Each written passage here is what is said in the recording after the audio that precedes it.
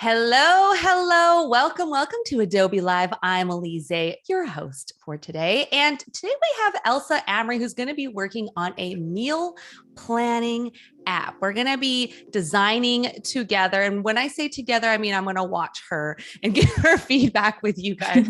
I want to just say hello to everybody who's live in the chat. Hello. Good to see you guys, Sam and Becca. Hello. Welcome, Sean. And Elsa, I'm excited to be doing this with you today. Let us know a little bit more about you, a little bit more about what we should expect to see today. Yeah, so hi everyone. Very nice to meet everyone. And obviously, I'm so glad to be back here. Super exciting to be on Adobe Live again. So for those who haven't seen my previous sessions, my name is Elsa Amri, and I'm a visual designer from Tanzania. I can just jump straight into my little quick intro to give people a bit more information about myself. Actually, probably just scroll this way. So like I said, I'm a visual designer from Tanzania, and I've been working as a designer professionally. Actually, I would say it's 2 years now. I have to update that. It's been just over 2 years at this point, and I do graphics design, web design, app design, and most recently web development. So that's another thing I have to update on my little intro slide. So just a little quick recap of my journey to getting to where I am. I studied media at the University of Leeds, and then I spent a year working as an English teacher in Japan, kind of figuring myself out at that point. And I came back home to Tanzania, which is when I started kind of working as a designer and as an art director at different agencies. But what really helped me get an interest in design was actually participating in the Adobe XD daily creative challenges. They were just a fun way of practicing design skills, getting feedback from others, and it was just a really fun process. So I really owe Adobe XD and those daily creative challenges a lot for inspiring me to kind of go down this road. And most recently, I completed my postgrad course in UX design at Humboldt College, and since then, I've been freelancing. So I'm a freelance visual designer at this point. Just a bit of like some projects I've worked on. So the one on the left, I feel like everyone's seen it. It's on like almost all my socials.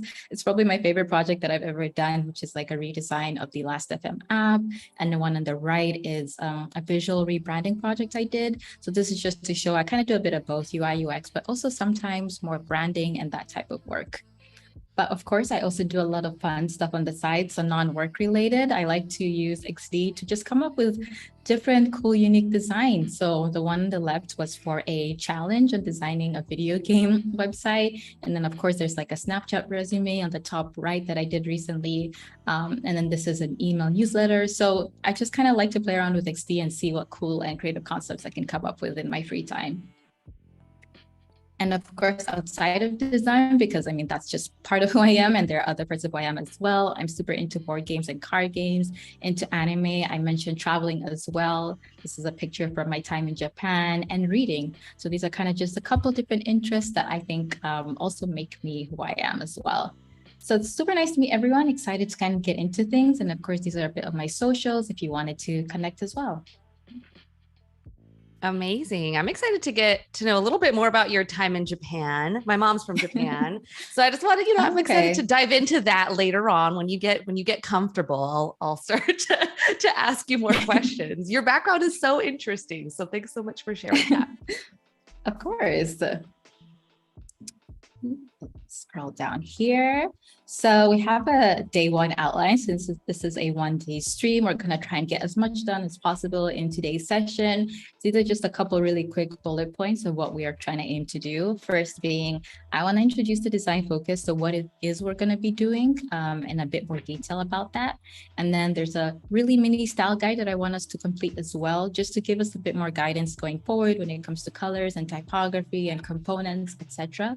And then of course, we'll start working on our designs. And if we have time towards the end, we'll see if we can prototype a few screens. So this is our really brief day one outline. Okay, and then jumping into, so this is kind of more explanation on what we're focusing on today. So like Elizé mentioned, we'll be designing a meal planning app.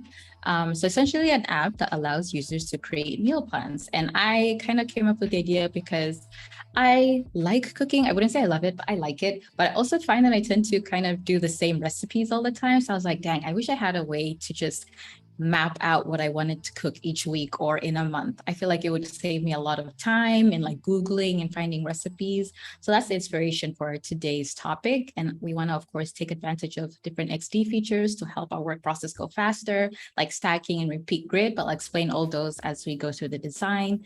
And like I said before, if we have time towards the end, we'll also start prototyping some interactions between our screens. I feel like this happened to me yesterday when I was grocery shopping. I was like, I just cook the same 3 meals every single time. So let's see what this app can do for me. I'm excited. I do as well. So I was like, this has to stop. I need a way to like fix this habit. And of course, I forgot to mention target audience. I just put individuals who enjoy cooking and want an easy way to organize their meals regularly. So that's what we're going to have in mind. We want to go with a somewhat simple concept, but that's still effective as well. So when it comes to actually designing, I like to start out with a mood board. So just grab a couple different inspiration shots, mainly from Dribbble or Behance and Instagram. I would say those are my main sources, but of course you can find inspo shots from really anywhere that you'd like. So these are a couple that I've collected. It's a mixture of food delivery apps and actual meal planning apps. So just a mix between the two. And I like to kind of go through them and pick out different key elements that I want to consider for my own design. So for instance, I think the ones on the top are like mainly food delivery because that's like pretty popular online. And what I like most, I think, about food centered apps is the use of visuals and the use of imagery. It's always like huge visuals, probably because the idea is to get people to want to buy the food, but we're going to go with the same approach in our app as well. I want to make sure that we really highlight the visuals of the different meals that we're going to include in our app. You want those mouth-watering images. Like even just looking at that spaghetti, I was like, I'm hungry. Exactly. Oh, I hope everyone's eaten because like I haven't eaten and I'm like, I don't know why. Why'd you do this to me? You should have told me that we're gonna like be looking at these scrumptious little images. I'm like, I had a baby piece of toast. I'm ready for more now. I should have had a warning beforehand.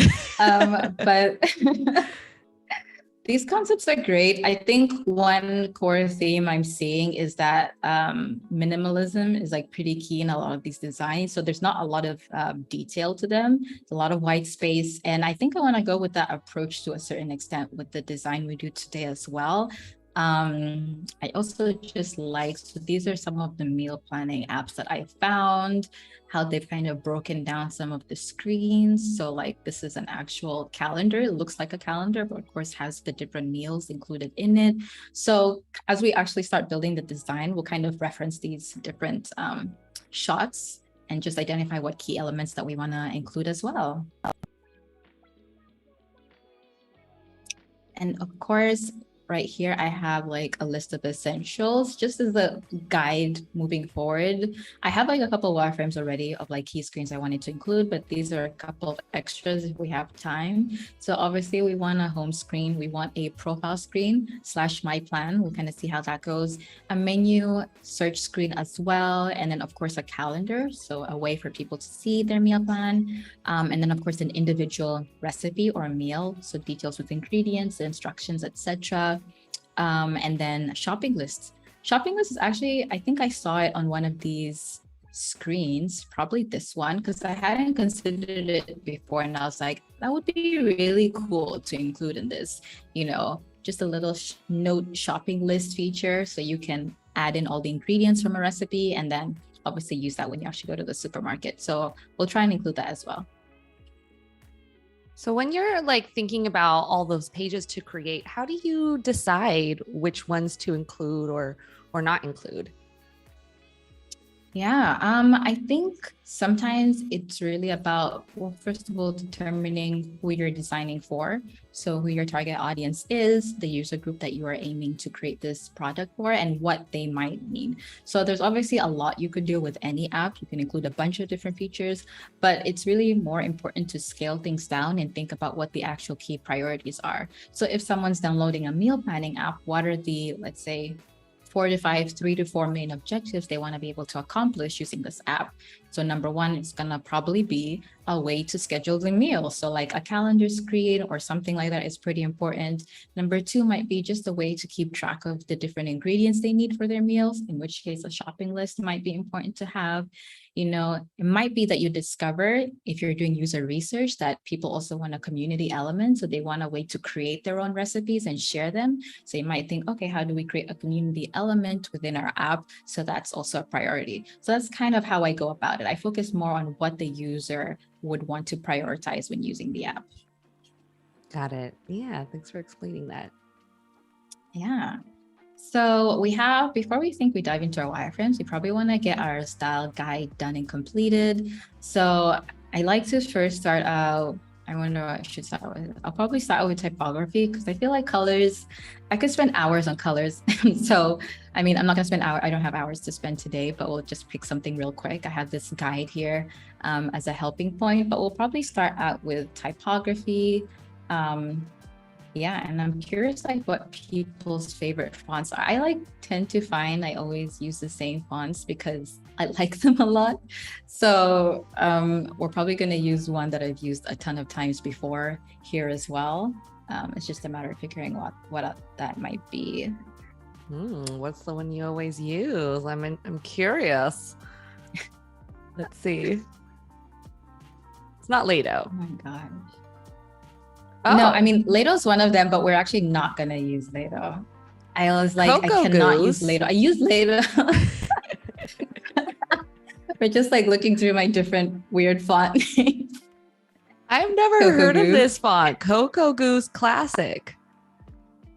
Yeah, I have a lot of weird ones. I think one I've used recently that I'm like kind of obsessed with is actually, I don't know how to pronounce it. I think it's Mangera, maybe. But I think I really like this one. So, ooh, have not heard of this one either. Manguera. Yeah. So I like this. It's kind of cute. I like the design. I also wanted like a more rounded font as well, which this is. So we're gonna probably go with that. And so in creating our typography style guide, you just kind of want to identify the different sizes you're probably going to use in your design. And then I'll show you how we can add them to our document assets on the left here. So first, let me kind of just figure out what sizing I want to use. So does this font have like, is it quite a large font family? I think average size. Decent. Yeah. Yeah. So not crazy. Average size. Yeah. Cool. Good to know. Also, we have in our chat, we have Web Donut that just said hello. And we also have Hitesh, if you remember him from boot camp. We have Hitesh in the house as well. He says hello. Hi, guys. Thanks for joining. Elsa was mentoring Hitesh in a boot camp that we did. And so it's exciting to see everyone come together. Reunion. It is a reunion. I think actually 11 rather than 10 for this. So when you're picking sizes, how do you decide this actual size that you want to use at this point? At this point, so I usually know what the range is when it comes to what it is I'm going to be designing. So in this particular design, I don't think I'll be using anything larger than 18 pixels. And the smallest size I use is 11, maybe 10 pixels if necessary, but not often. I think the smallest is 11. So I already have that range and I typically just kind of pick a bunch in between. So 18, 16, 14, 12, and then 11. So those tend to be the common ones, at least when I'm working. So I create those anyway. And then if there are any more that kind of pop up as we're working along, we'll kind of just add them to the list as well. Got it. Okay, great.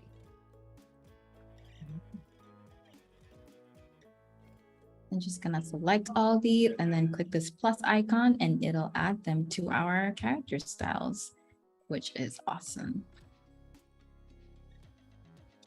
And then of course, so these are all like regular font weight, but if you wanted to create more styles, like let's say you're going to be using medium a lot, you can do that and it'll create a character style that's medium font weight, but the same font size as well.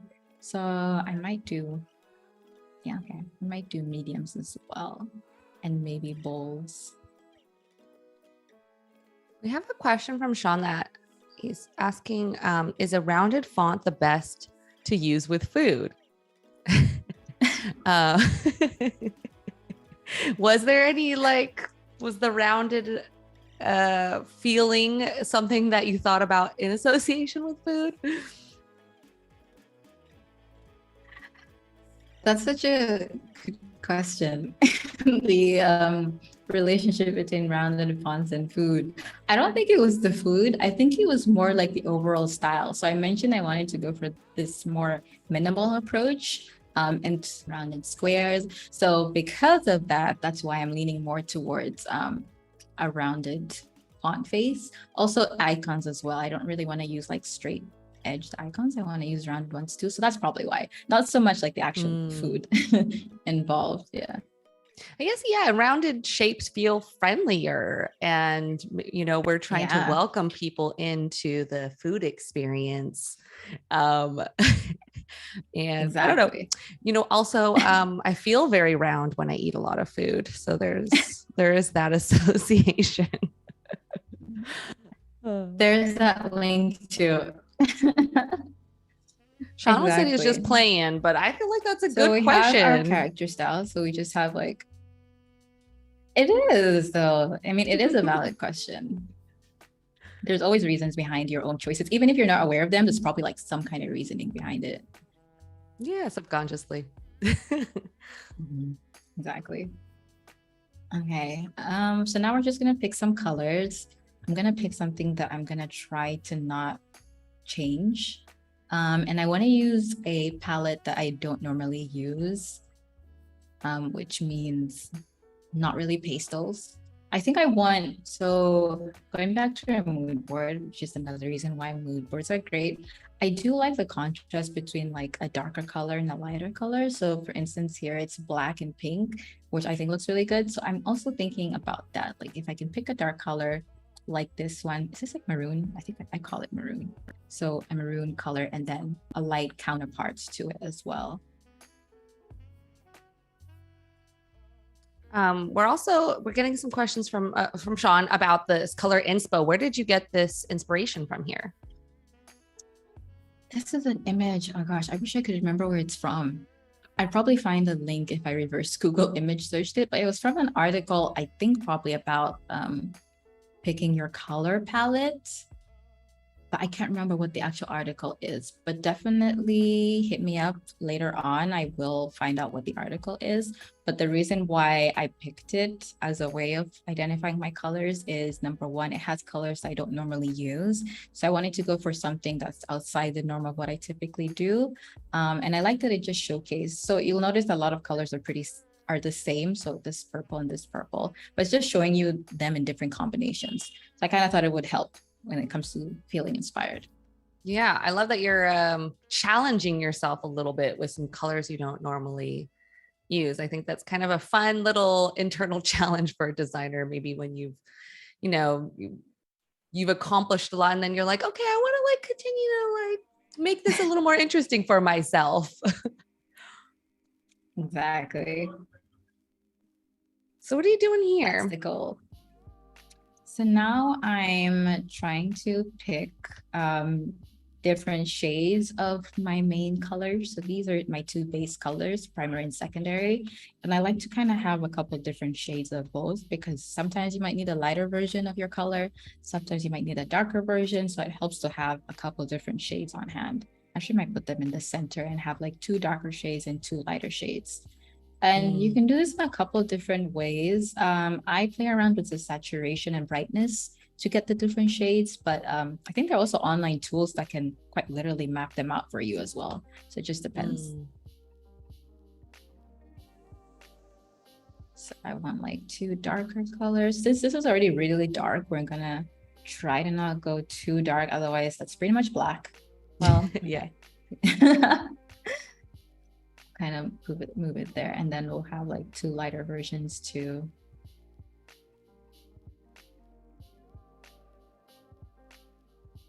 We have pie. Sean says now he wants pie, and I feel like Once you start showing food imagery, like now everything is food. Like I'm like, do I want a plum pie now that I'm looking at this purple?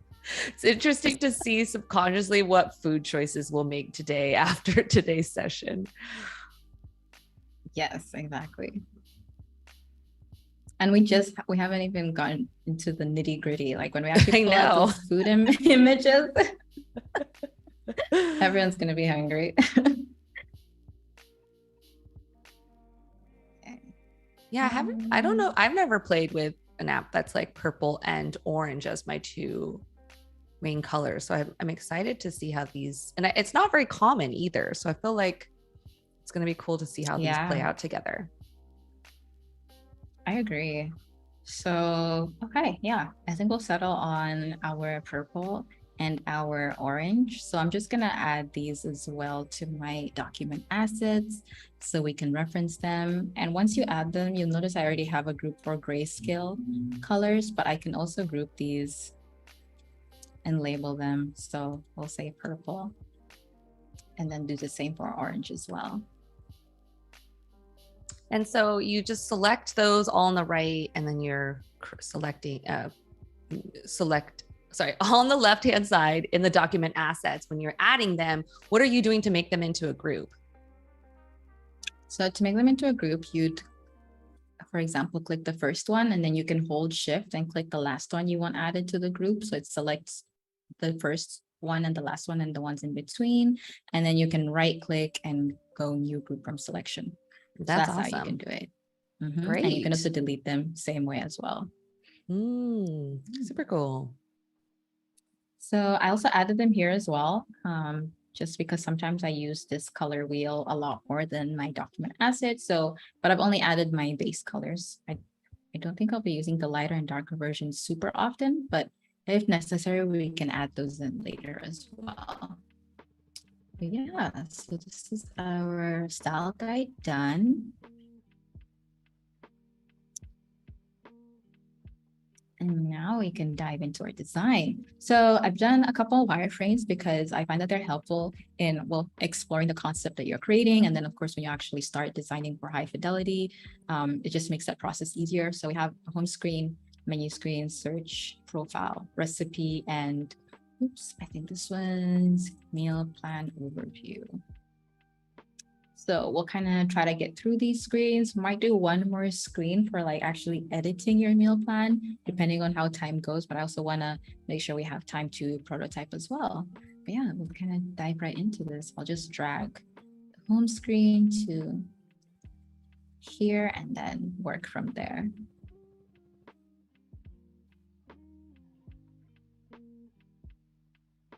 So you already created all the wireframes previous today. And do you typically, like for your process for wireframes, what does that look like? So typically there are, what do you call them? Plugins in XD that I like to use as a starting point. So kind of just as a way to mock up concepts really quickly. So the one in particular I like using is, let me see if I can find it. I have like a bunch of plugins. Quick Mockup is one that I like to use. And I think there's one within another plugin. I can't remember what the name of it was, but Quick Mockup is probably the one that I use most often. So I'd start with that. And then depending on how specific the design is that I'm going for, I'll just kind of take some key elements and move them around, change them around. But really my main priority, I don't want to be too detailed. So you can see, for example, here, like there's a bit of detail, but not that much, because I know when I'm actually designing the high fidelity concepts, I'll probably change things around depending on how it looks with the colors and the typography. So this is just more like really stripped down outline that you can use going forward. Yeah, I think that's a great tip. So using Quick Mockup or finding little UI kits to start your wireframes, so you don't have to build everything from scratch. They're already pre-designed and pre-created from someone else, and you can kind of just utilize those assets for your own design.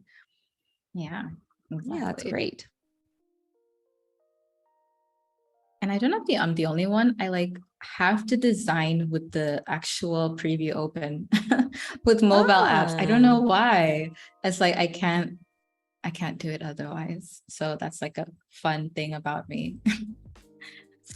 Cool. Anything? I've never seen that. So I like that. It's your little I'm design not recommending it. I'm gonna try it exactly. out It's a quirk. sometime. I'm like, I can't like understand if it looks good until I see it on the preview screen. So it's just there permanently. And I'm also gonna turn out layout just so it gives us a reference point. I use it also when I was kind of creating the mockups, but I'm also gonna keep it on when designing the high fidelity prototype. So okay, so you keep your grid on. Yes. And then you can adjust it accordingly, but this is the one that I typically use. So we're gonna use that going forward. So we have 18 pixels on the left and right as spacing, which I think is good.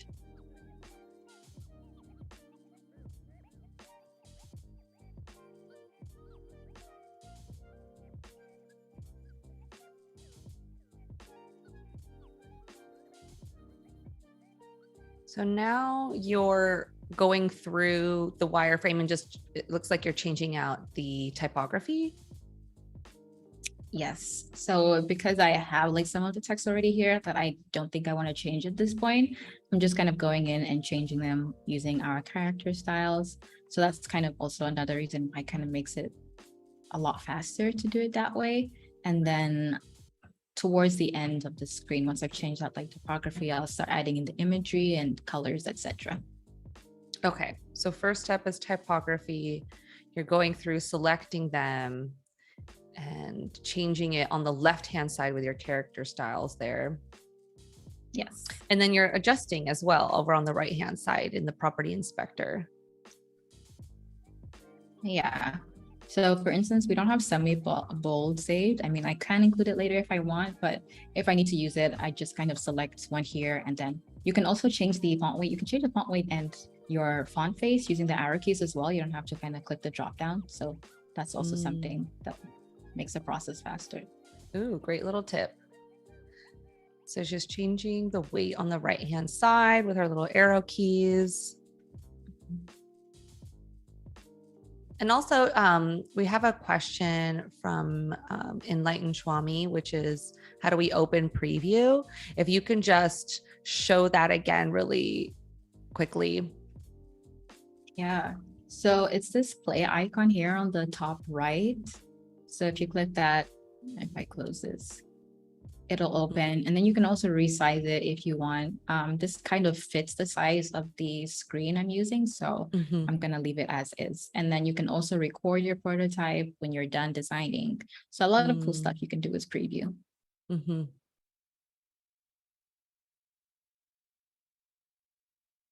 actually gonna add a lighter gray because I think the lightest gray I have in my palette is not light enough. So I'm gonna add in like a lighter version by setting brightness to 95. And then I also want to just make sure I add that to my palette as well. So drag that in here and in here. And what are those little gray circles right now? What do those represent? So I think I'm gonna want to put the menu icon and search icon in here. So that's what I'm thinking at the moment. I have like a couple of icons. I get icons two different ways. There's the plugin, what's it called? Icons for Design that I use a lot.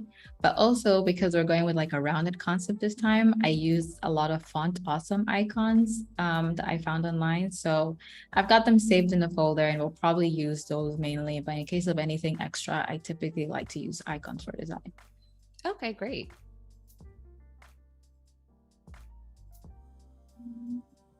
Actually, this.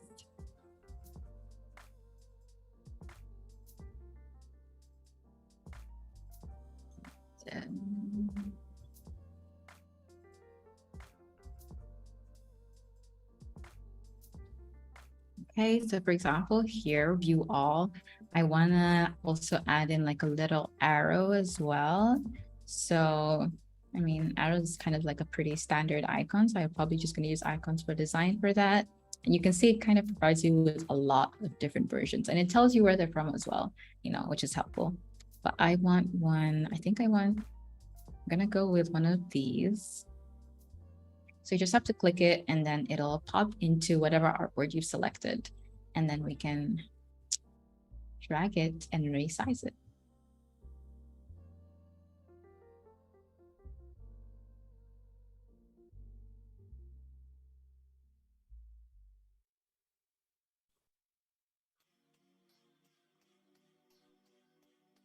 So it seems like you work first from, like changing out the text from your wireframe, and then you go into iconography, or are you more so going through buttons, or what's that next step for you when you're going through it?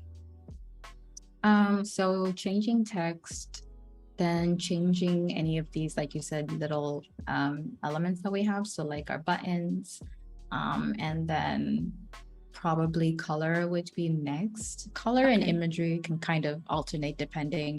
I have a couple images already saved, but I find that it's easier to just have everything set. And in particular for the explore section, we're going to be using repeat grids. I want to show you guys a cool neat trick of how you can kind of dump in images into your repeat grid in a faster way. So we're going to leave that for last too.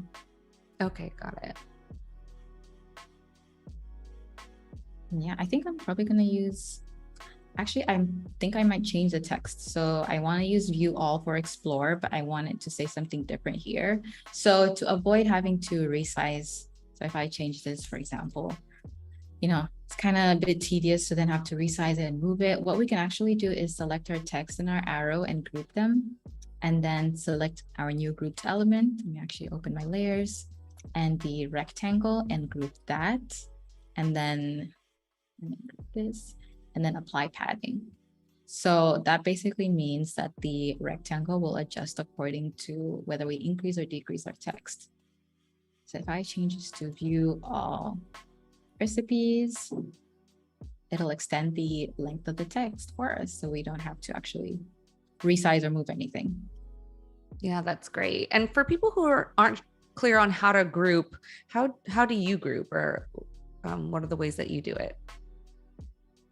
Yeah, so you can either, so if I use this, let me ungroup this, select whatever elements you want. So you can select one element, hold shift and select the other, or I technically drag a lot if it's all in one space. So just click and drag and it'll select all the elements that you drag over. And then Command G is a shortcut for grouping, or you can right click and click group here. Either option. Great. Yeah, thanks for showing us how you do it.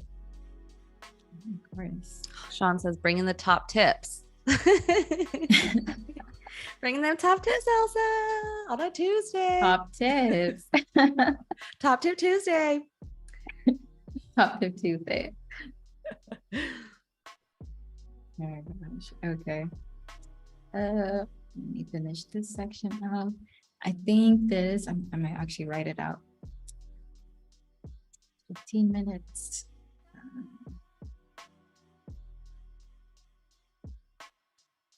Oh yeah, that's so important, because for me, I'm always like, I don't want to spend more than 30 minutes ideally. Exactly. So 15-minute meal is great. Perfect. Exactly. So we want to just kind of think, what's the most relevant information for someone? And I agree, meal time is very important. I also want to add in stars for difficulty. Actually, I'm like debating whether I want to actually list out what the difficulty is, or if I just want the star, but I'm going to start out with the star. See, for example, this is like pointy. I don't really want a pointy star. Let's look for this is also a pointy star. I wonder if we have like non-pointy stars. Yay. Okay, here we go. That's what we want.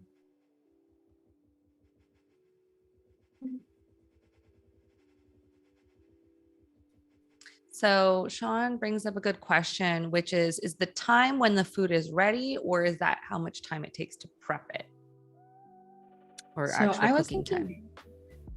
How much time it takes to prep and cook it. So like overall time. is what I was thinking. But I'm curious what everyone else thinks. Like, what would you prefer to see? Like prep time or cook time or both? Yeah, that's a good question. Maybe people in the chat can let us know what they think.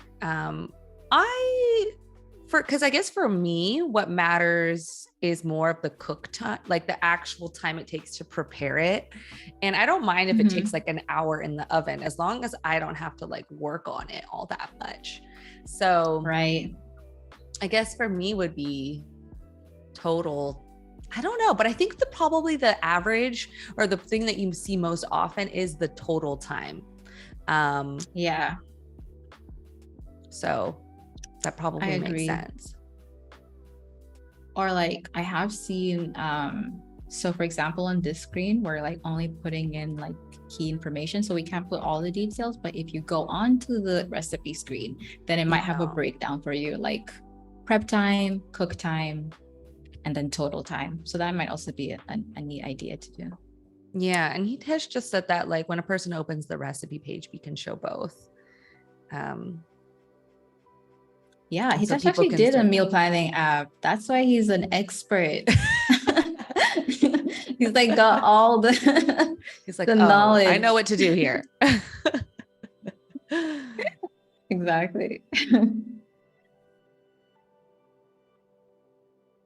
Okay, actually I don't need to do these. So I think this is fine. And what I'm gonna do is just group that and turn on repeat grid on the top right here. So that basically means as I drag these handlebars, it's gonna create duplicates of, my design. And then obviously we only want it horizontally. We don't need more vertically. So we're only gonna drag it this way. Yeah, so there is fine. And then when you click in between here, you can adjust the spacing between elements. So actually 20 pixels works. So I'm gonna leave it as that.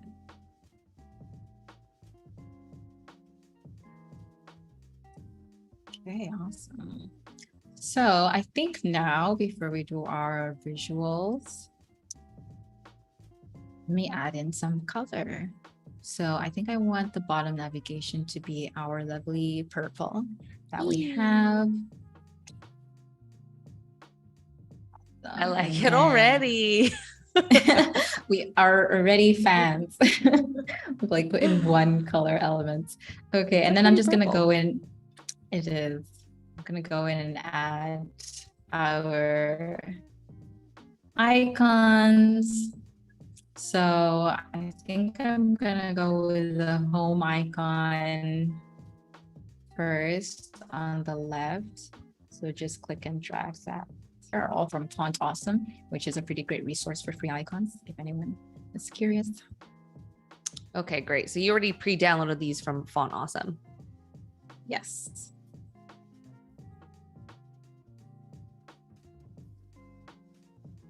And I'm actually going to add in like text, accompanying text, just because I've heard that it's better for accessibility reasons to indicate what the icon is as opposed to just a visual indicator. So we're going to add in supplementary text for them as well and just make them really small.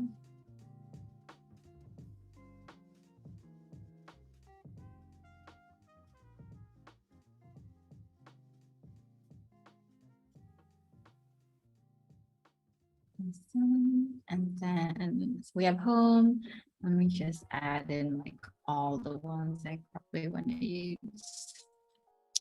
So home, I think a calendar one I already said. A meal one, I was actually debating with the meal one because I wanted them all to have like a square shape. So I was like, I don't know if the utensils work. So we're gonna go with like this bowl of rice for now. And then because that fits. And our last one was, oh yeah, profile. Okay. I just realized I've never seen a bowl of rice icon. It kind of looks like an afro or something, like oh my not gosh, as much rice. This is the kind of thing you'd hear if you did user testing. They'll be like, I didn't know that was a meal icon. I thought it was a man with an afro.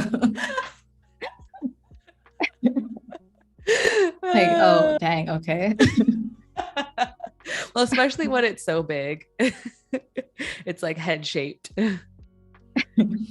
True. Okay. Okay, so we have our meal plan icon. And for the inactive ones, I'm just gonna give them an outline. Mm. And make Yeah, it you want to have like semi-bold. a visual, like you want something to differentiate when you're on that actual page or that screen versus not. Is that right? Exactly, yeah. Yeah. And then our bowl of rice.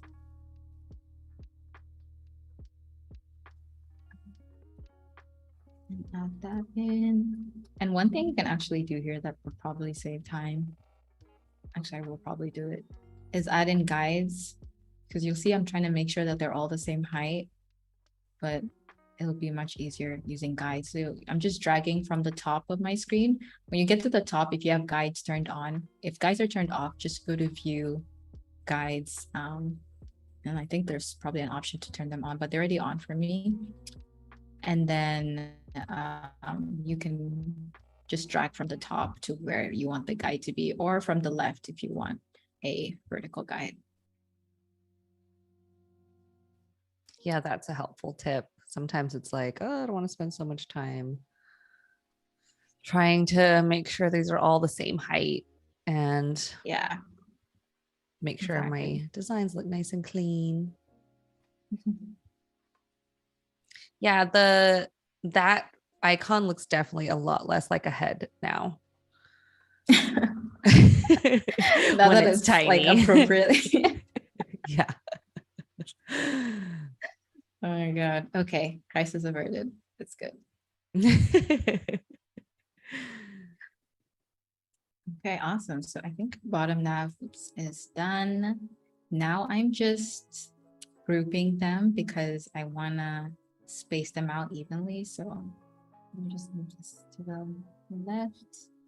And then what you can do is select the different elements you want spaced out. So recipes, profile, and then click this icon here on the top right. So that'll distribute them horizontally so they're equally spaced. Yep. And then, yeah, that's it. And I'm just going to group that and probably turn it into a component. Actually, yeah, because we're going to use it quite often. Okay, cool. And it's also like really, yeah, cool to see the preview as you're designing and seeing kind of how that comes together from more of a macro view of the screen. So I like this little preview trick. Yay. Yeah. More preview users. Are you a preview designer? Okay. And now I really just have to do my top section. So I'm actually thinking that on the right here, so before our icons, I want to add in a date indicator because I'm thinking if this is a meal plan for like scheduling, it might help to just see the day instantly on your homepage. So when you log in or open the app. So I'm going to include something for that here. I'm going to use today's date. Okay, yeah, 2nd August. I just want to let people know if they are just joining or joining recently.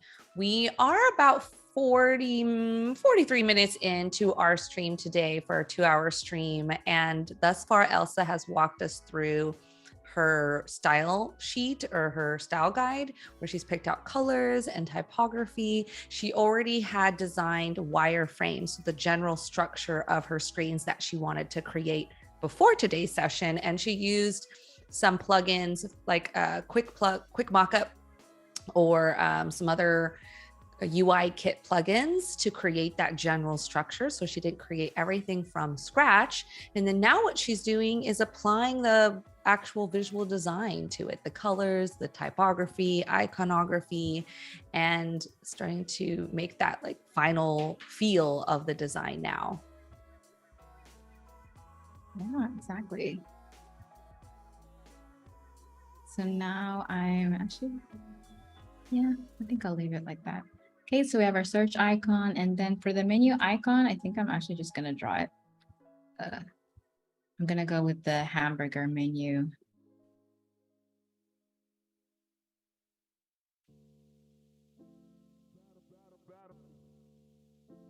Draw that out, and then probably just make it slightly thicker, so 1.2 border size, and you can also combine it. So if you're creating a custom shape and you want to finalize it, you can use this feature to combine it that way. Now it's one final shape that I can move around. And just make sure it's rounded. I would say, yeah, that icon is probably one of the easiest icons to make. So if you are like, I'm scared to make icons, start with that one. Exactly. Boost up your ego and then move on to maybe that search icon. Exactly. Actually, do you ever make other icons yourself, or do you typically find them? I have made icons before. So I remember I did it once, just more like practice for myself. Like, ooh, can I actually make this as an icon? And then I think the star icon, you can make custom star icons in XD without actually looking for one. It's pretty easy using the triangle tool. I don't think I have many stars I'm going to be using today, but you can do that in XD itself. So I've done it that way, but actually not too often. I find it to be kind of difficult. I don't know. I'm really impressed by anyone who's able to make icons really easily. Yeah, I agree. It's not my forte, and I don't think I plan on really like making that part of my process. I'm like, I'm someone that's like, why create anything when something else has already been created out there that's good, and I can just like edit it a little bit to make it more customized for myself. But I am like a very lazy designer. That should be like, if I had a new Instagram, it would just be lazy designer, and it'd be like all the laziest hacks to get something done quickly and cute and quick. I feel like people would love that. How to get this done quickly. Okay. So now I decided I wanted to spruce up our upcoming meals a bit. So I've just added in like time, so kind of like a daily summary type thing. So just to make it look a bit more interesting, probably add dashes here.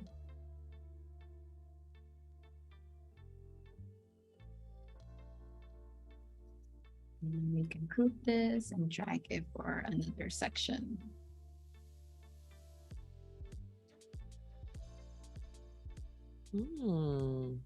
Okay, so cute. I don't know why, but I love a good dotted line. Me too. I don't use them a lot, but yeah, you don't use them all, but when you do and you see them out in the wild, it's like, oh, that's cute. That looks good. Exactly. Yeah, but use sparingly. You don't want like too many dotted lines everywhere, but use them when necessary is the goal.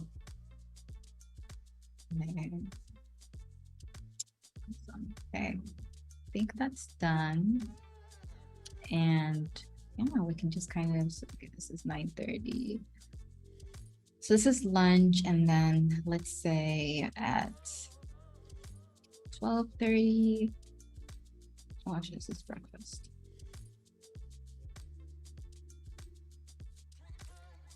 We're gonna have our lunch, and I'll just kind of shift those so they're equally spaced. Okay, awesome.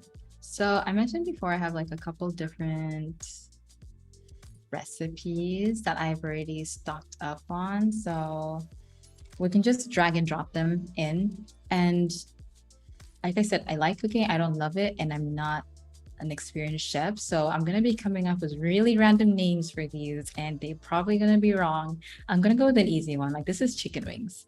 I can say this is chicken wings. Yeah. Okay. I think that's pretty safe to say. Yes. The others, okay, this is ramen of some sort. Okay. We'll go with these. Although chicken wings for breakfast, that's very funny. Okay, well, we're gonna go with it. We're gonna go with that. Have you ever had chicken wings for breakfast? I don't know. And is that red? Yeah, yeah. I like my chicken wings with ranch. No, actually don't think I have, unless it's leftovers. Well, I've definitely done, I've done weird things for breakfast for leftovers, especially when I'm hungover. I'm wings. just, I'm like, what did we have last night? Pizza left outside? Yeah, I'll eat that for breakfast. That's like when I've had some weird items. Same. That's the beauty of your own personal meal plan. No one can know except you what you're planning to eat at odd times of the day. Yeah, this is definitely like my hungover day list of items I would eat, like chicken wings for breakfast and then ramen for lunch. Oh my God. Okay. So now for our repeat grid, actually what I can do is I can select, so we have 3 different containers here. I can select my 3 different images and then just drag them and they will drop right in there. I just love a good drag and drop. Oh my gosh, it's like all put together almost. Magic. Design magic. Exactly. Quick and easy. I like how what we're eating for our lunch is really unhealthy. I believe this is fish. And everything that's exploring is like really like very healthy looking. It's like telling us we should eat healthier.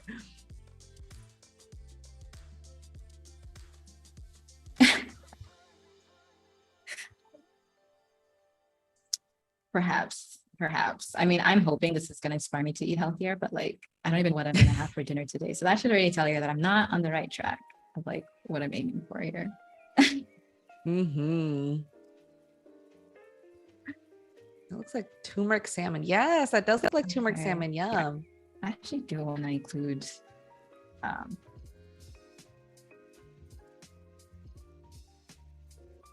ooh, awesome. I was like, I don't even know what that means. Okay, this is a salad, meat and cheese salad.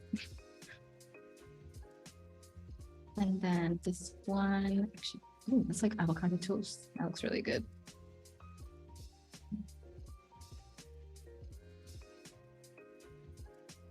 Your camera froze for just a second and for like 30 seconds or something. But so people are commenting on it. But what I'll say is like it was a really good pause moment for you, like a frozen moment. Like you had a nice smile. I also like sometimes when mine is frozen, it's always like the weirdest picture. I'm like, no, don't freeze on that one. Internet. Oh my God. Okay. Well, I'm glad. I'm glad it wasn't a bad frozen moment. Phew. Okay. Okay, so our home screen is done. Ooh, so clean, but I like the pop of orange and the purple together. Yep. It's like, I'm liking those. I was wondering how you're going to put those two together and I'm liking it. Yeah. So we're going to use, I mean, purple will be our main, but we'll add in orange here and there, like a sprinkle of it. But yeah. Okay. So now that we've done our home screen, I'm actually doing the search screen first, and then because that's kind of going to be using a lot of similar elements to what we've already created in our home screen. So for search, let me just go ahead and grab this icon and place it here.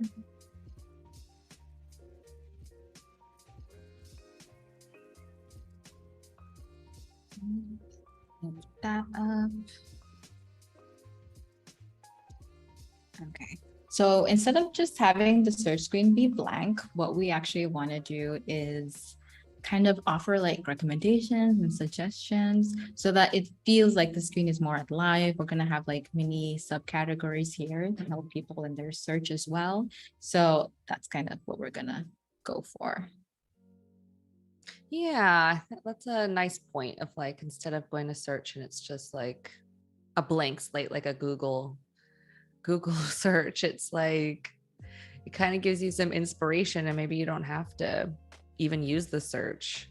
you can kind of filter through. Exactly. Because like, honestly, I don't know what I would search for when I want to make something. I'd be like, oh, greasy food, or like, I don't know what I'd search. So I love like scrolling through and then finding inspiration of what I feel like eating from the imagery.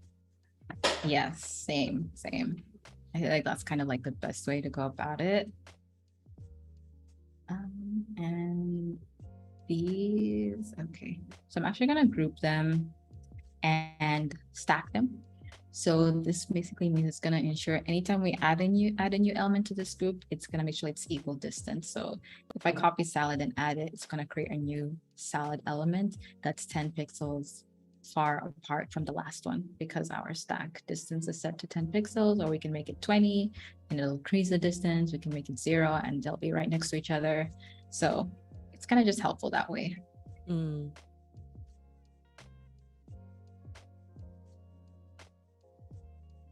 Okay, just select all these and change our font.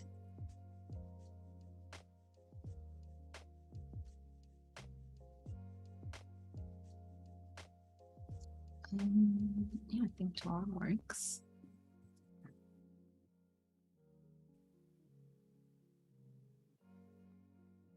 Yeah, okay. Yeah, I think I'll go with 12.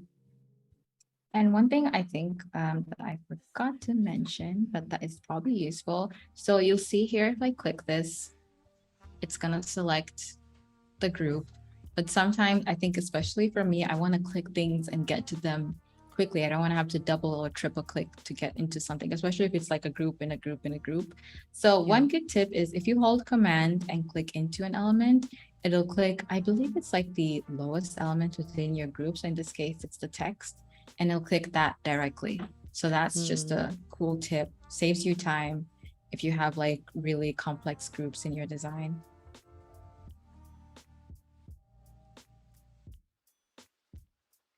Yeah, I think that's like a really helpful tip, because that's probably one of the biggest frustrations people have when they start designing is like groups, trying to manage groups and creating too many groups. And then like, where is this one item on my screen? You know, I feel like that was my biggest frustration when I first started. I would have like the craziest like spider web groups. Spiderweb groups. Oh my gosh. It's like a web of just awful, like just too much happening. Hard to manage. Oh my gosh. Ooh, okay.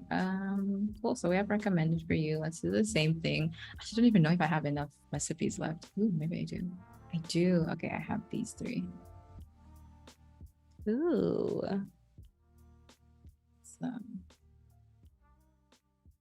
okay. I'm gonna ask the audience to help me come up with names. I'm like abandoning naming at this point, or like leaving it till the end. Yeah, definitely. If you guys are looking at some of these images and you're like, oh, I know what that is, or just like make up something that sounds good to you and we can put those in there. I can't really tell what that first image is. I can see the rice, but what's else is on that? Can you zoom in? It's like rice and something. I'm not sure what it is. Okay, so it looks good though. Okay, we're not sure. So yeah, think about what that could be. Ooh, it doesn't get any clearer when you go closer.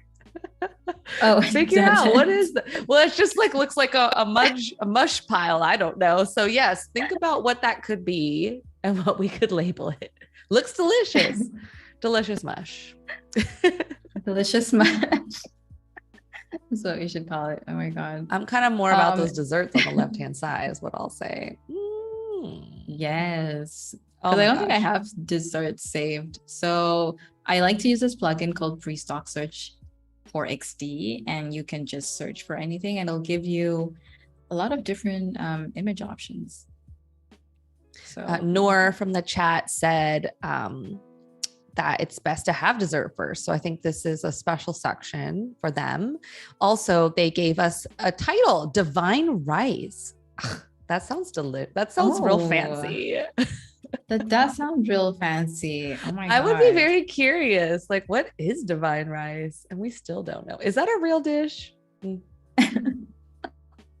That sounds amazing. Oh my God. Okay.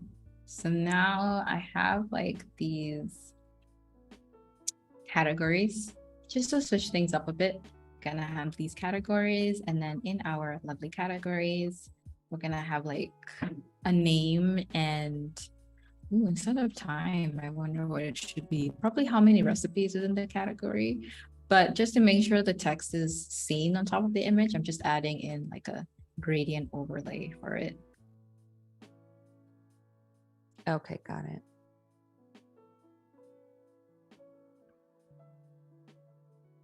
Yeah, legibility is so important when we think about oftentimes we do lay text on top of imagery. So it's like we have to think about how do we make it so that people can see both and read it well. Exactly.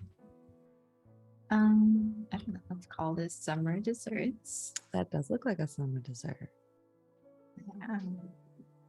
And decrease this opacity. And then for these and create another one. This is just two. I don't think I need to use repeat grid. Now for our next one, actually want a different category. I'm like, what's a popular food category? Decadent. That first one. Wait, what's first one? Is it this one? That first one, yeah.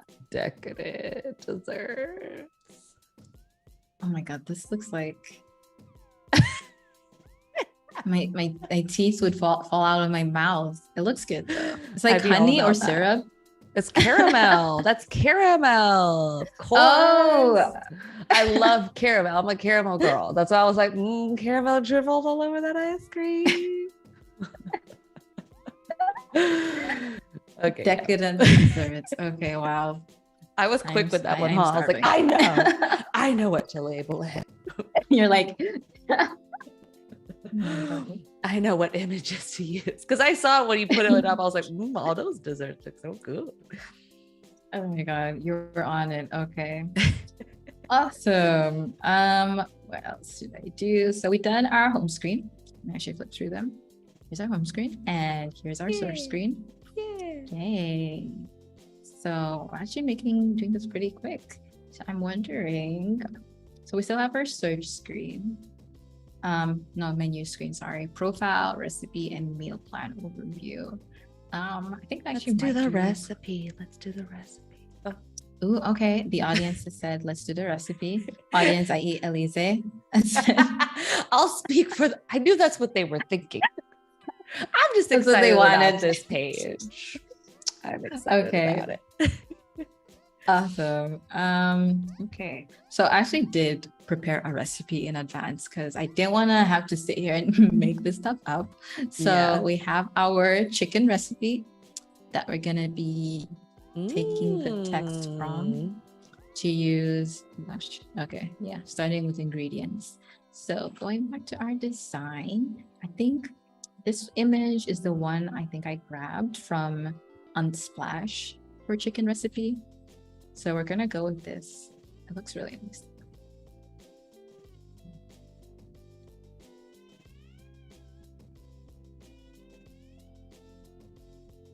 Placing a rectangle in and then dragging the image. Ooh, it does look so good. Okay, we have our nice little chicken recipe. Okay. That's fancy chicken soup. That's like 5-star restaurant chicken soup, not like your average. Yeah, I'm not sure I can make that swirl. Maybe some of the other designers here would be like, "Oh, I could easily." I'm like, no, I'm not gonna make that swirl. That soup. Oh my God. And okay, we want to add in like a heart icon, which can be for favorites or like saved recipes, depending.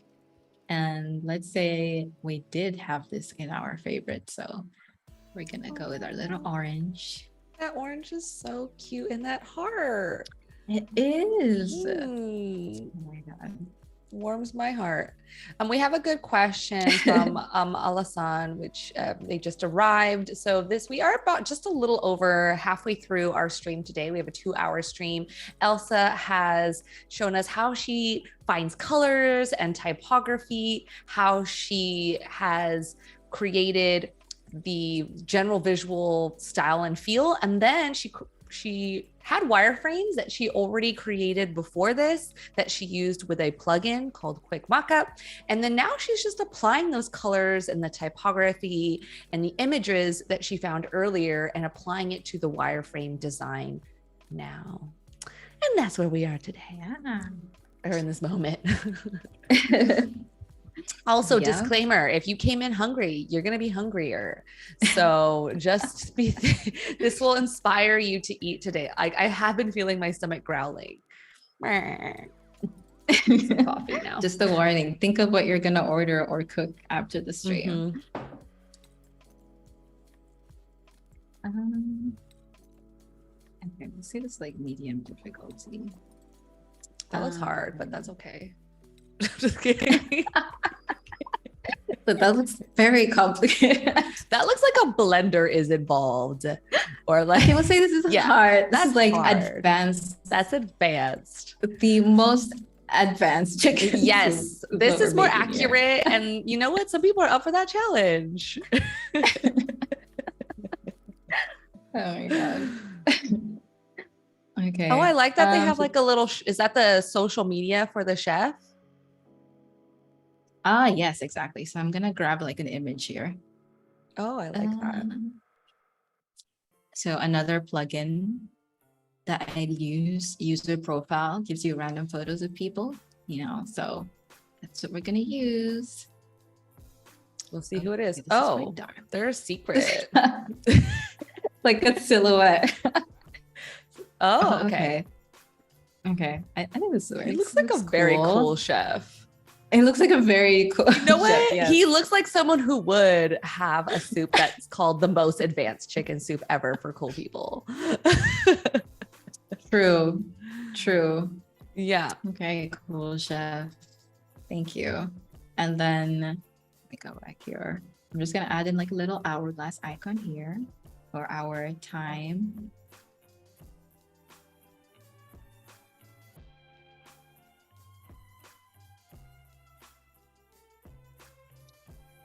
You're gonna make it orange? What are you gonna make it? How it look orange. I think because of the gray. Actually, what gray is this? I might just have to make it black or our nice little purple. Yeah, time is important, but it's also like not the most important. Yeah. It could depend on like what they're trying to achieve, because we actually don't really have purple on this page. Well, we might later on, but I'll leave it like that for now. So we have the most advanced chicken soup by Cool Chef, hard difficulty. Oh, it can't be 12 minutes if it's hard. The most difficult 12 minutes of your life. Are you up for the challenge? Kind of interesting. Are you prepared? Oh my God. Oh wow. Okay, let me make this smaller and maybe a bit darker. Okay. Sam calls it the most technologically advanced soup. I would be so curious what that means. Right? What is a technologically I can't even say it. Technologically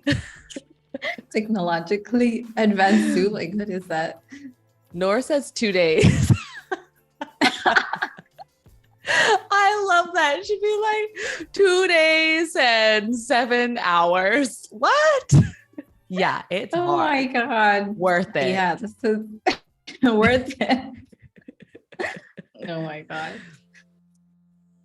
Wow. Well, it does always like make Okay. me feel really excited when someone's like, oh, we've been cooking this beef for the last 15 hours. And it's like, oh, it's going to be good then, you know? True, true. You're like, No, dang, okay. but I would never do that myself. I mean, I guess, a crock pot. Do you ever crock pot? I don't think I ever have. I just don't have the patience.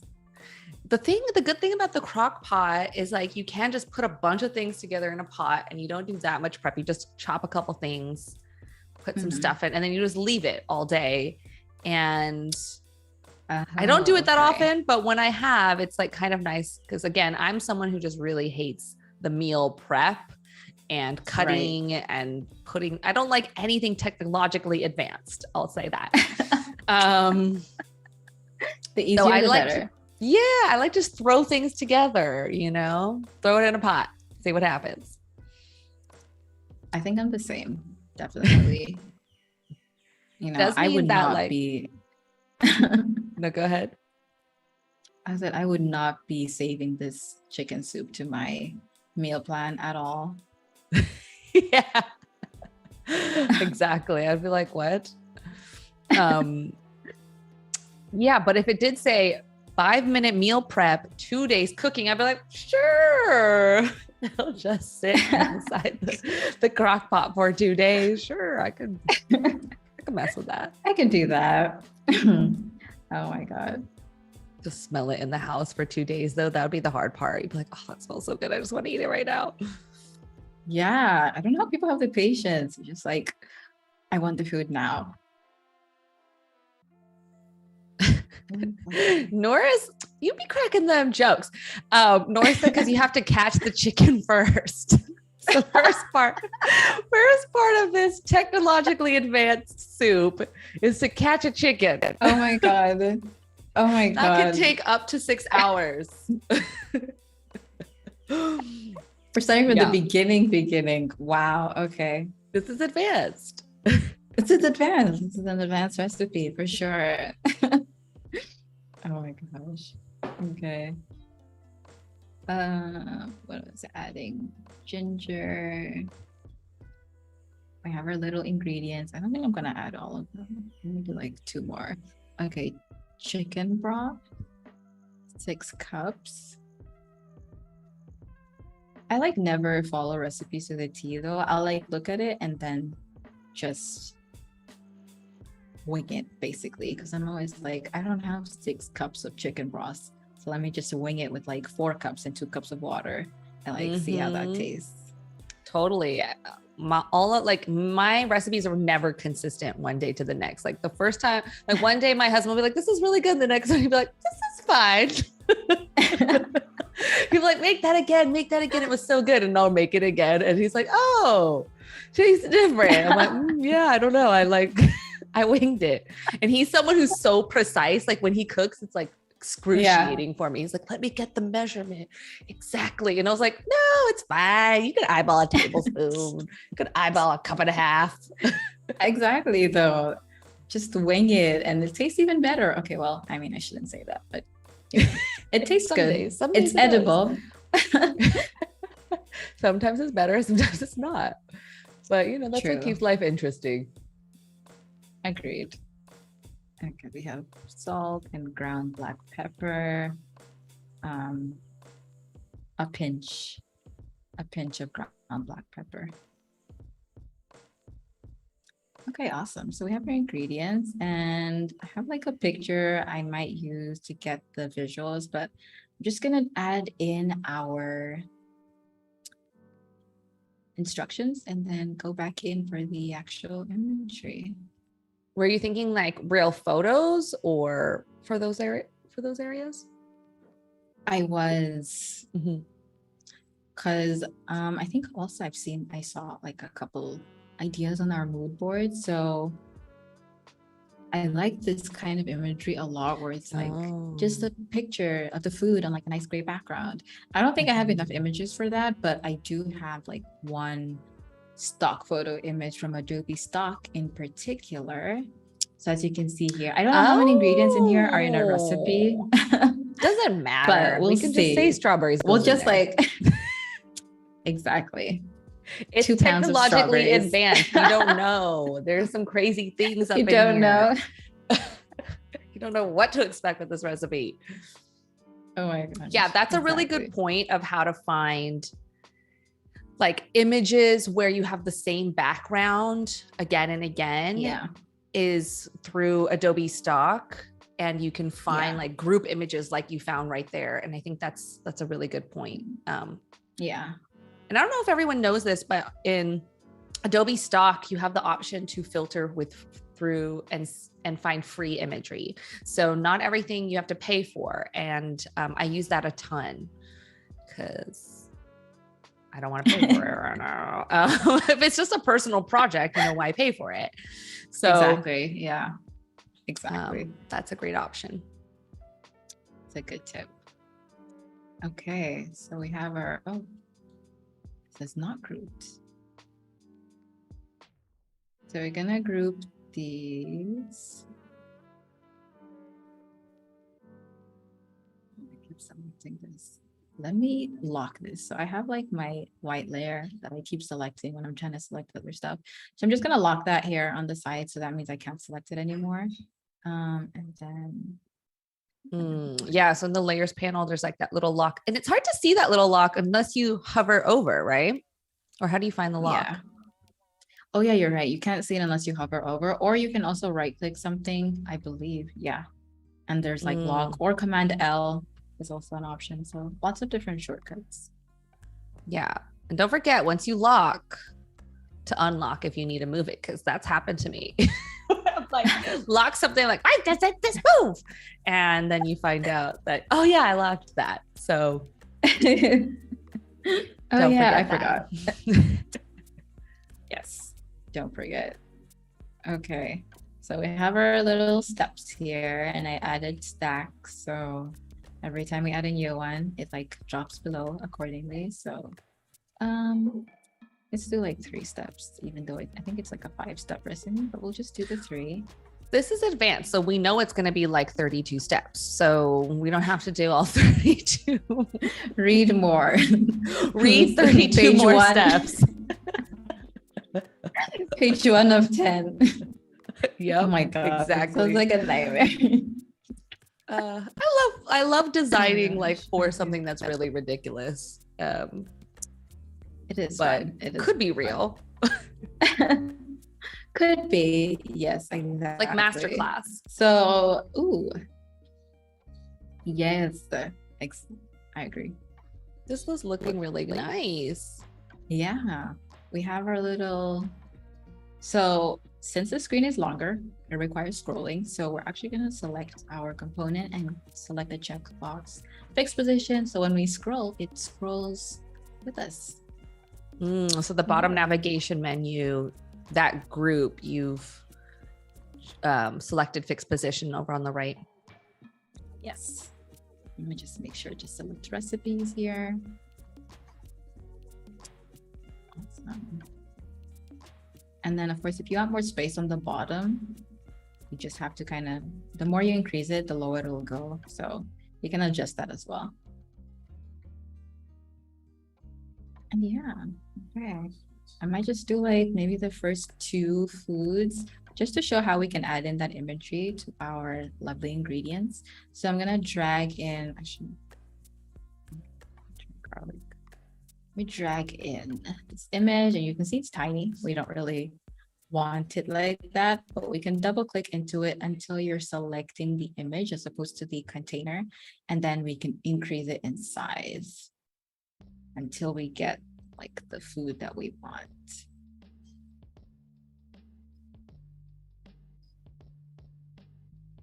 So I know for a fact that's probably not garlic, but we're gonna pretend it's garlic for the sake of that this, looks like Parmesan video. cheese.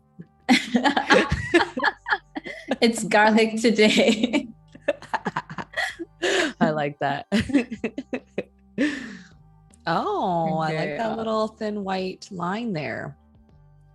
Yeah, Outline. I feel like without it, it's kind of exactly just fades into the abyss. So we're gonna add in that line.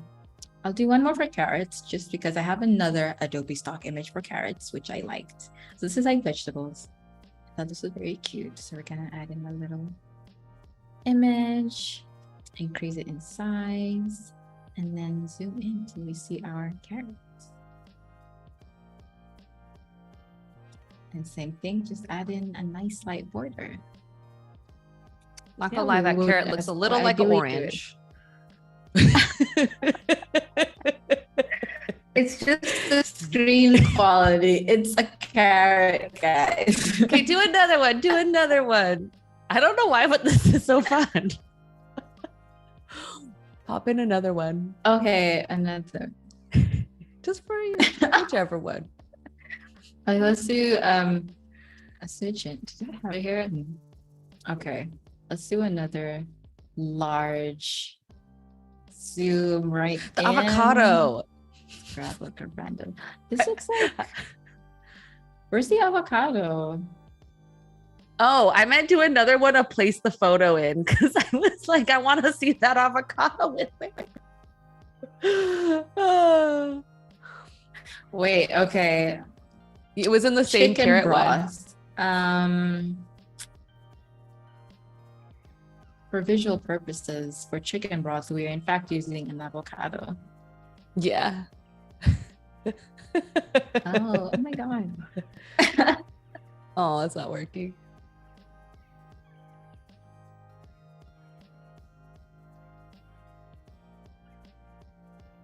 Oh.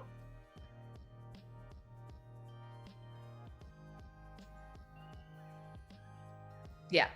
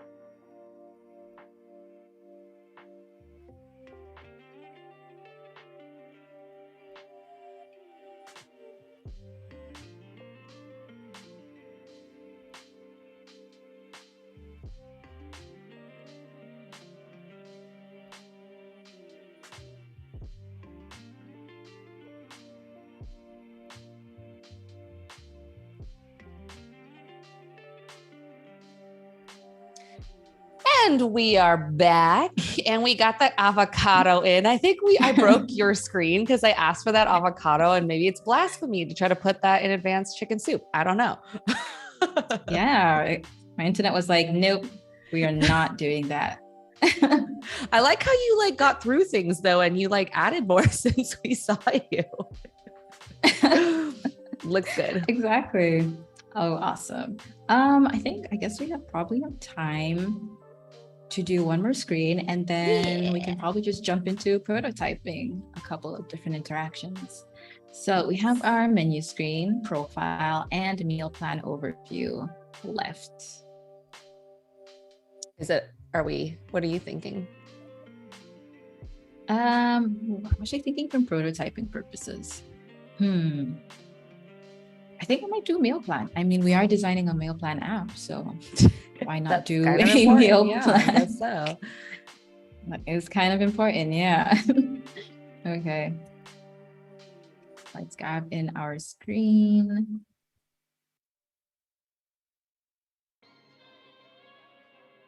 We do have about 30 minutes left of our stream today. We are designing the final screen that we're going to be doing today for this meal planning app that Elsa has been creating.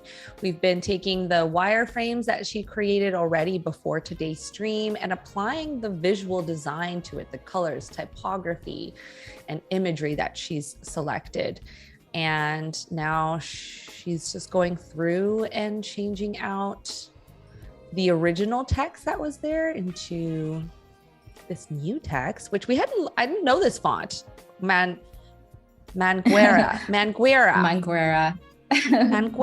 Yeah. Which is a lovely font, nice and circular, like the plates. Yep. Ooh, hey, there we go. Remember someone was like, oh, is circular mean something? When I was looking at that first screen you have, like the plates are very round and like, I see round shapes. Nice round font for the round plate. Exactly. We're keeping with the round theme. And then the round buttons, the round iconography, everything's round. Round is friendly. Sharp edges are not so friendly, but round is friendly. Exactly. Round is friendly. So that's what we're going to go with. So right now we're doing our meal plan page. And so we have our plan name. I'm going to assume that this is probably, thinking of how I would do it, I'd probably do a new plan every month. So this is going to be my August meals plan. I wonder if you could add in emojis to XD. Moment of truth. No, okay, you can't. Darn. It's gonna add in like a little emoji. I can probably like search for one though. Is there an emoji? Oh no, I was like, is there an emoji plugin that I don't know about? There might be. I just don't have it, unfortunately. I'll research that. We're emoji-less. What I've done in the past is just like Google searched a certain emoji, like a transparent image, and dropped it in, but it's not the fastest process. So that's also a good way of doing it. Yeah. Okay, so this is going to be, actually, I'm going to recreate this. We're going to be, for this screen, it'll be like a weekly overview. So ideally there would be weekly and monthly, you know, just to give people options. So this screen is going to be our weekly meal overview. So we have our, is this 7? 1, 2, 3, 4, 5, 6. Yep, 7 days of the week. Let me just write these out.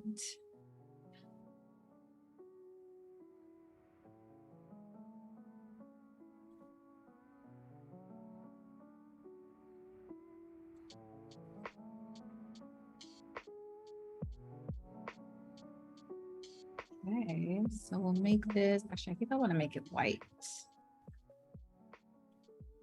Let's make this white and probably just make this 12 pixels.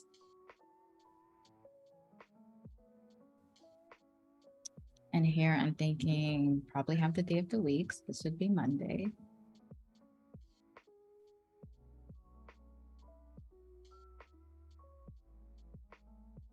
And I actually make this 11 pixels for Monday.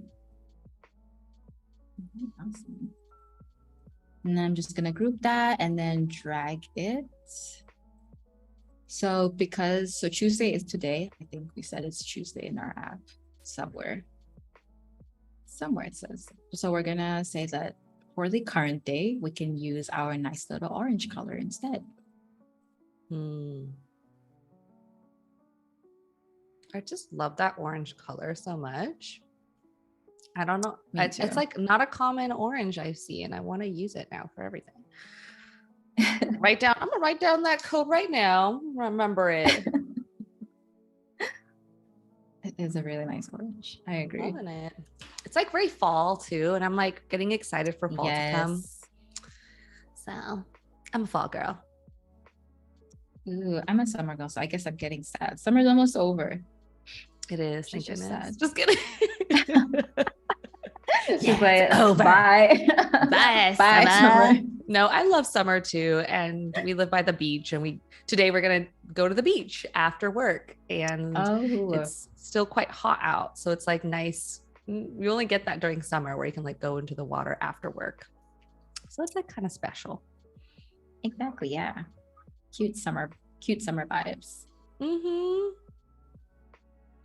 That orange could be a summer vibe if it was mixed with a different other, like not with purple, it could be like with blue, and it could still be summer vibes too, actually. I agree. So versatile. Which is the funny thing about colors. Like as you mix and match them, they have like different moods, different themes. Yeah, different feels. Cool. Mm-hmm.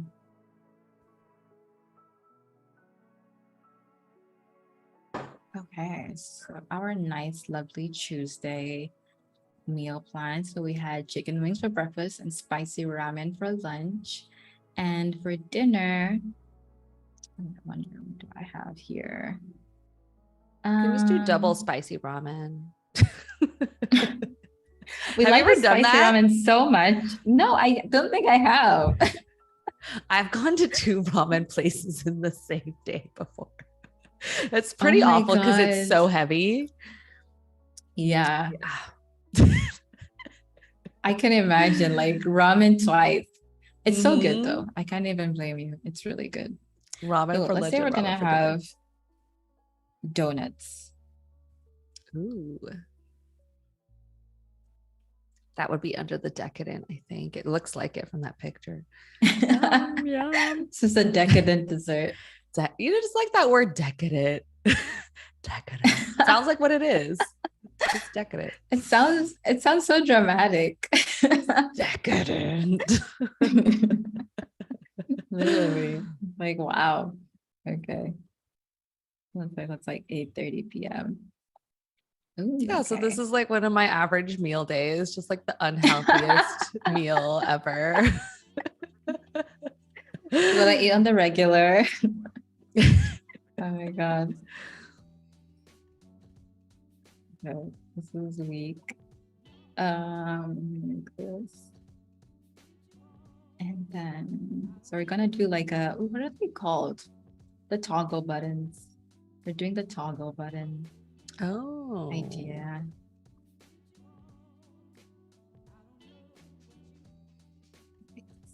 Smaller. Okay, so this is week. Actually, I think it's a bit longer. And then ideally the user could toggle between week and month.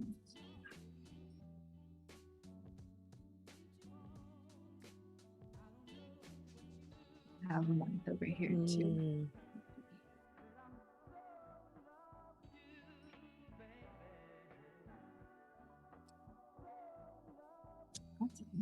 Okay, and I actually might make this orange because we already have purple for our buttons, so let's use orange for our nice little toggle.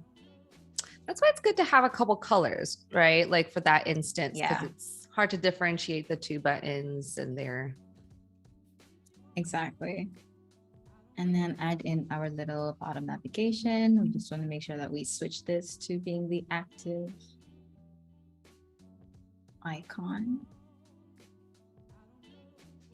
Yeah, because Elsa has active states and inactive states, and she's using filled in versus outline icons for that. Yep, exactly. So just an overview of everything we've done so far. So I have our nice little home screen with like upcoming meals and meals to explore. And then we have our search screen if you're searching for a recipe. So we have like categories and then recommendations, popular category blocks over here. Then of course we have our individual recipe screen. So for the most advanced chicken soup, that takes 2 days with some ingredients and 3 steps with more incoming.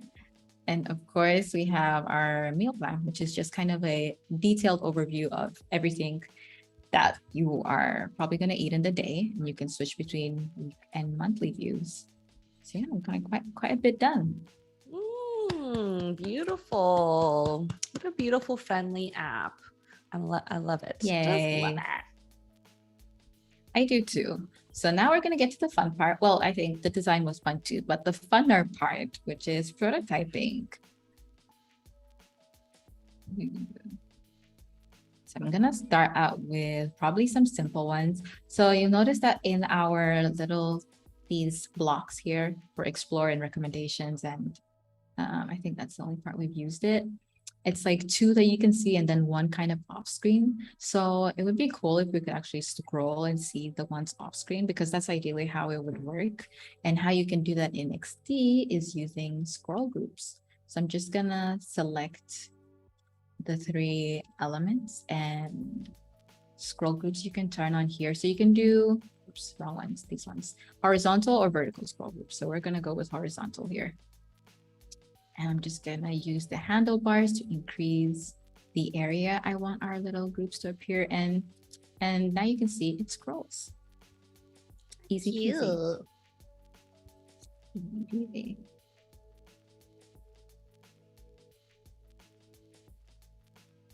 So now you can scroll all the way to the left and all the way to the right. So if we added more to our little group here, they would appear. So, but we only have 3 for now. So yeah, and I'll do that for this as well. Turn that into a scroll group. The same concept here too. I love how easy it is to use that feature. It's one of my favorite prototyping features because it's like, oh, now it's interactive. Look at you. And it's like an easy win in life. We need those easy wins in life, you know? We do need those easy ones. I agree. Okay, awesome. So now I think, so we have this search screen, and from our search screen, we have our chicken soup recipe. So why not prototype what the transition would be like from clicking a meal to the actual meal recipe screen. So I'm gonna do that there. And actually when I'm prototyping, I actually like to duplicate my artboards and then prototype it separately, just because I'm playing around with it initially. And then when I finalize on what I wanted to do, I then would go back and add it to the originals. I don't know if I'm the only one that does this. I'm just scared of like messing up my original screens. You might be the only one in the world who does this, I think. No, just kidding. She's the only one. Show us your tricks. I like these little Elsa design tricks. So you create the same artboards again, so you can kind of play around with it and it doesn't like mess up the original designs. And then you go back and redo it again. Is that right? Yeah. Yeah. Oh. I mean, depending, if you have like 50 screens to prototype, you should not do this. But if you have like 4, then, you know, why not? I like that. Okay. Yeah. Because like, especially if you have a lot of complexity in your prototyping, yes, it might be nice to like, when you're playing around and figuring things out, I think that's a great tip. Mm-hmm. I agree. So like, okay, I'm already thinking that it would be cool for the image to enlarge.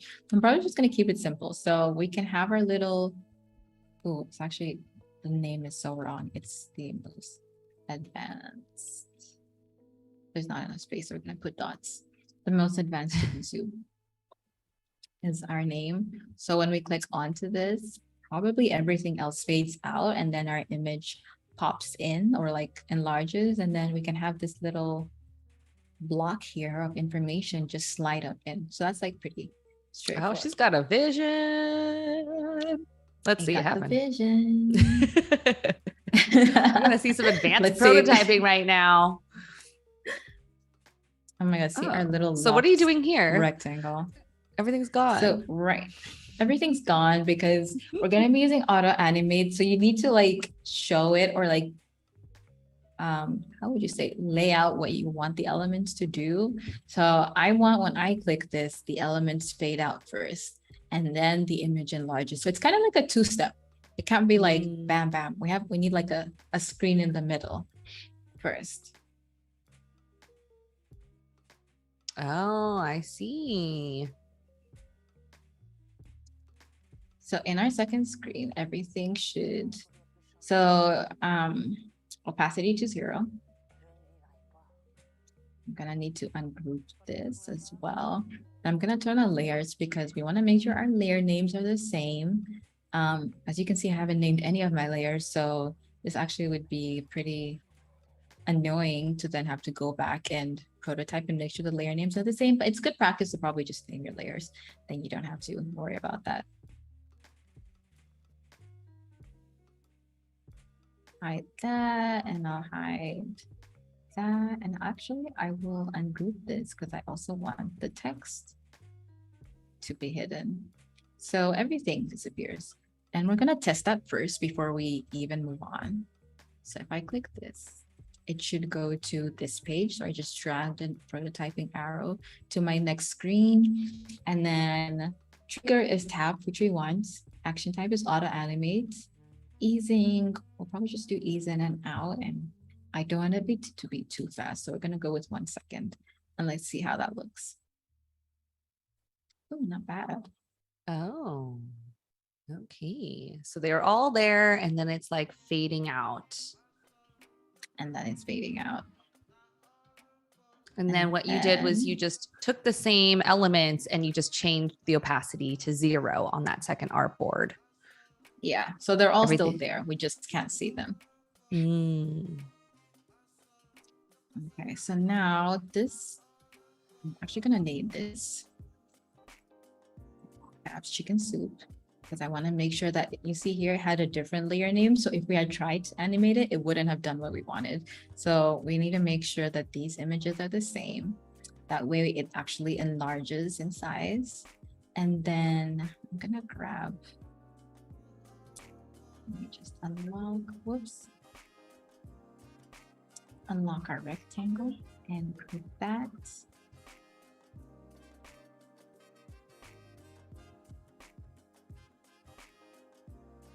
So now I'm just grouping this little card thing here because I want that to slide in. We need to make sure it's a group first.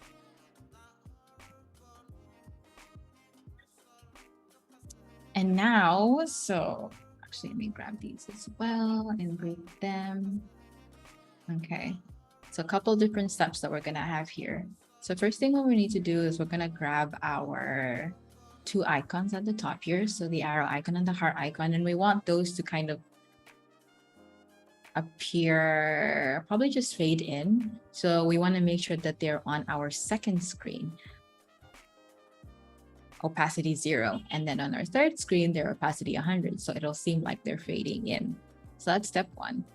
Step 2, of course, is we want to grab our little text column here and paste it into our second screen, but we want to move it a bit lower so that it animates like it's sliding upwards on our third one. And actually, I wonder if I should make it. I'm gonna try without changing the opacity, so just having it slide in, and then with changing the opacity and kind of see what it looks like. Oh, but one final thing is you'll notice that because I decreased the height of my artboard, this element is no longer on my artboard. And that's also because we haven't set auto animate between our second screen and our third screen. So we have to do that first before anything else. So this will be a timed trigger, 0 seconds. And let's say we'll do 1 for that. Okay, and I'll just copy this again. Move it down. Ooh, and it's already doing it for us because our preview window is open. We actually started from the beginning. Awesome. So cute. Yay. Okay. Wonderful. I actually might just leave my component. I think it needs to be. Oh, okay. Let me just make sure that it's on top of the screen and all of them. Same with these. The positioning of your layers can also be like a bit tricky. So you want to make sure that everything that's supposed to be on top is on top on each screen, and everything that's supposed to be on the bottom is at the bottom of each screen. So if we preview this again. And so that's like an idea of how we could animate into our nice little recipe screen. Oh, so Awesome. smooth. Yeah. Yeah, it just really makes I the whole app come to theoretically, life. it does. I wonder what would happen if we like linked it back to the first one. I don't know. It's probably going to be crazy, but let's see. Oh, dang. No, we have to like do a, I was like, no, that's not what we wanted. Oh my God. We'd have to do like a separate little prototyping segment for that. But this is not too bad.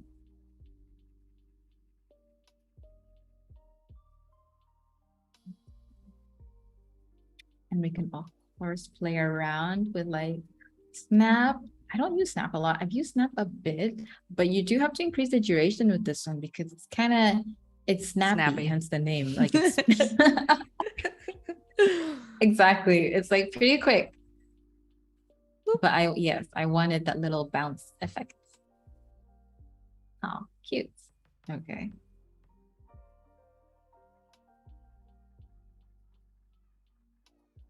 Awesome. So we have a little animation done. Yay! That was really fast. Oh my gosh, I wonder if we have how much time we have. Should we have time to menu screen or do people have questions? You have about 5 minutes, 7 minutes left. Wait, but you didn't prototype everything yet, right? No, I didn't. I'm wondering if there is like a prototyping method for these other screens. Let's see. So, okay, we can do home screen to search screen. That could be an option. Okay, so if we click the search button, how does it appear? Sometimes I like to do slide in animations. So here's a crash course in prototyping in 5 to 7 minutes, I guess, because that's the time we have.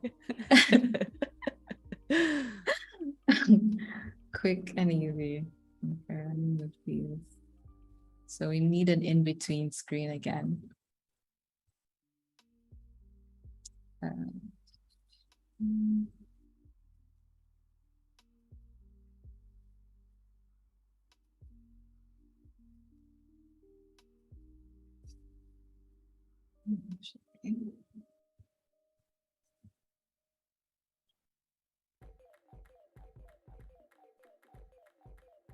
So we're gonna fade everything out and then move this in to search, and then all of these, probably just group them and paste them here and move them to the right and set them opacity to 0. So what we're gonna hopefully try and achieve is these elements fading out and then these elements fading and sliding in. And our little search icon here, because it's the same in both screens, is gonna go from right to left.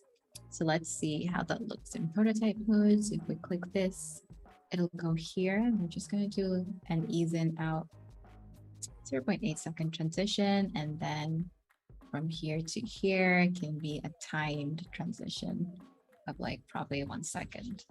And let's see if that works. Oh, awesome. So yeah, that's a pretty quick and easy transition. Nice. And you did that so fast. So let's do a little breakdown, because it was like you obviously have done this transition before. You're an expert on it. Yeah, let's walk through that again. Yeah, okay, sure.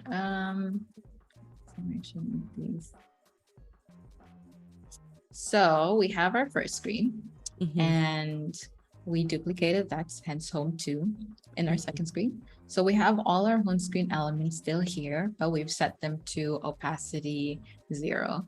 So because we want them to fade out.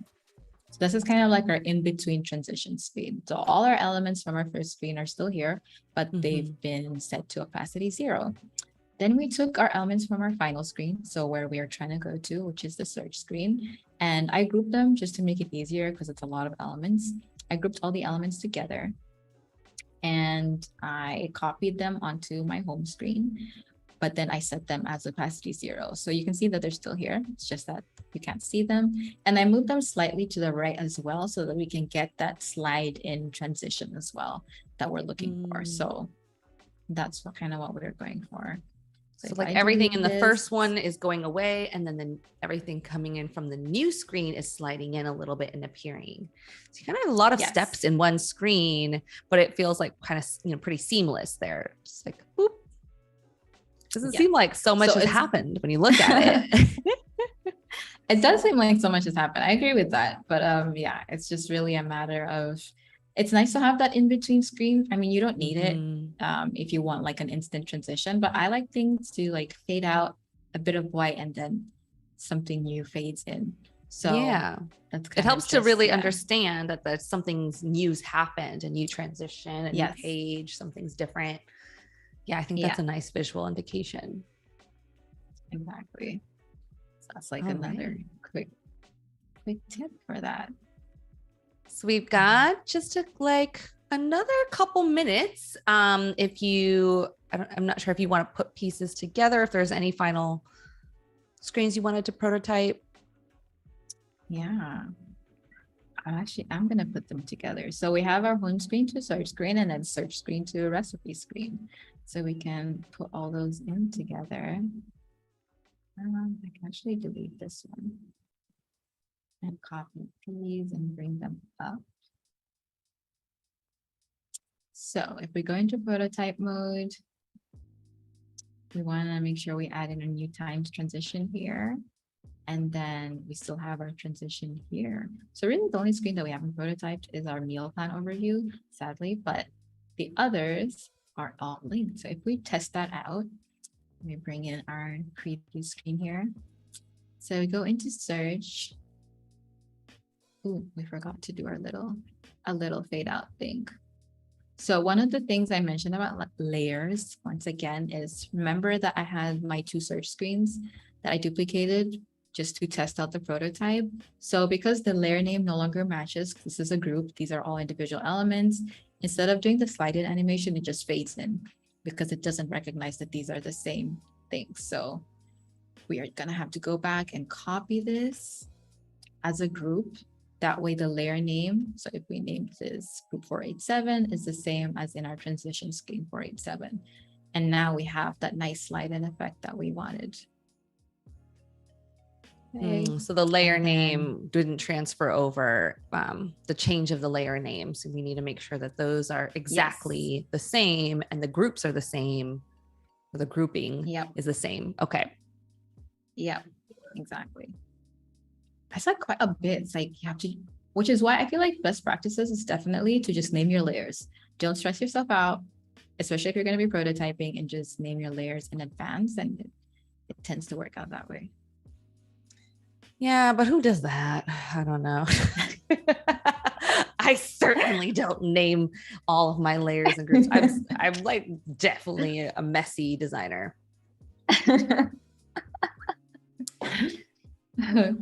I think most people don't. So like we're all like you should, but we don't. We should. But like, we all know we should. should.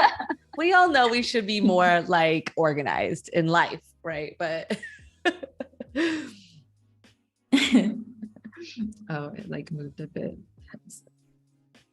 But yeah, a meal planning app. Very cool, interesting concept. And now I'm starving, so that's something. Now we're all hungry. is this is that what did you finalize everything for the prototype? Yeah. Okay, cool. Great. Yeah. So maybe if you can just give us a little recap and show us the final work that you have here. So let me actually turn off layout grid so we can see everything clearly. So in designing our meal app today, we have our home screen with just a couple of upcoming meals featured and like a different couple meals to explore as well with our little bottom navigation. And then I'll come back to the transition screens, but then we also have a search screen that we did. So we have some categories, subcategories rather, and recommendations, dessert categories at the bottom as well. We did a recipe screen, actually open preview to scroll. So this is our advanced chicken soup recipe with ingredients and instructions. And of course, we have our meal plan overview too. So for example, on Tuesday, this is what we have planned to eat. And you can like create a new plan. You can view it by weekly or monthly. But yeah, these are a couple of the different screens that we've managed to do. And in prototyping, so we prototyped going from home screen to search to recipe screen. So if we click our search icon up here, it'll fade out and bring in our search screen. And like say we wanted to view the recipe for, well, not turmeric salmon, it's actually chicken soup. But let's say we wanted to view the recipe for chicken soup. We'd click that and yeah, it kind of pop in like this. And then we can look at our chicken soup recipe. Yay! Yay, we actually did everything. Oh my God, we accomplished everything on our checklist. You did the design focus, the style guide, you worked on the designs, and you did prototyping all in 2 hours. That's amazing. Thank you so much for showing us this process and showing us how you work. You had such great tips and things that I had never seen or heard before that I think is really helpful for people, especially as they're just getting started in XD and as well as for experts alike. So thank you so much for sharing that and for creating such beautiful designs in such a short period of time and showing that it's, it can be done. It can be done and you can do it too, guys. Just follow Elsa's steps. Exactly. No, this was fun. Yeah, amazing. All right. Well, thank you guys so much for joining. Thank you for joining live and for watching the replay. And stick around. Join Weekend Creative, actually, as they create mock-ups of their editorial photo shoot in Adobe Illustrator before they head into the studio. And following the boot camp, join Cloudy from Print My Soul for another episode of how to learn how to create an artistic collage using a combination of images in Photoshop.